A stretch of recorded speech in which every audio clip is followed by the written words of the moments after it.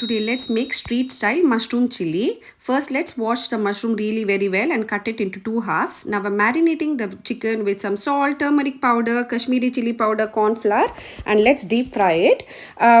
Just don't over crowd the pan. Add how much ever you can. Deep fry it. It takes only 5 minutes. After 2 minutes start flipping it. Fry it till the mushrooms are golden brown and then keep it aside. And then now in a pan I've taken in oil, and once the oil has heated I've added in lot of chopped garlic and ginger and give it a good mix. Toss it really very well, and then I'm adding in some spring onions. This is a spring onion bulb and the slit green chilies. If you like it spicy, increase the green chilies and give it a really very good mix. Please note that the veggies needs to be crunchy. If it's street style, this is what we are wanting, so keep it in high flame. Toss the veggies really very well.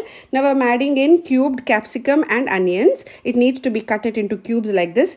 Again, toss it and mix it really very well. As I said, keep it on high flame for the crunchiness to remain. Now I'm adding in some salt, sugar for the balancing, pepper powder, Kashmiri chili powder.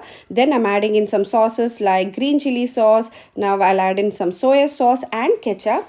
Once you add all of this, give it a really very good mix so the veggies are mixed and coated very well with the sauce and the spice mix. Trust me, there's no any kind of MSGs, no flavoring, no preservatives. Yet the taste will just be like the street style food. Now I'm adding in the fried mushrooms. If you want, you can do the same thing with your cauliflower or paneer of your choice, and even chicken or fish. Now toss the mushroom really very well so that it's coated very well the sauces, spices, veggies. Tossing and keeping it the crunchy way is the main aim for our mushroom chili. Look at the color, look at the, you can see it really very well, the colors, the spiciness, the crunchiness. This is what we are aiming at. Check for the salt and finally garnish it with some spring onions and coriander leaves. Measurement and ingredients are in the description box below. As always, enjoy your food and don't forget to like, share and follow and subscribe to my channel.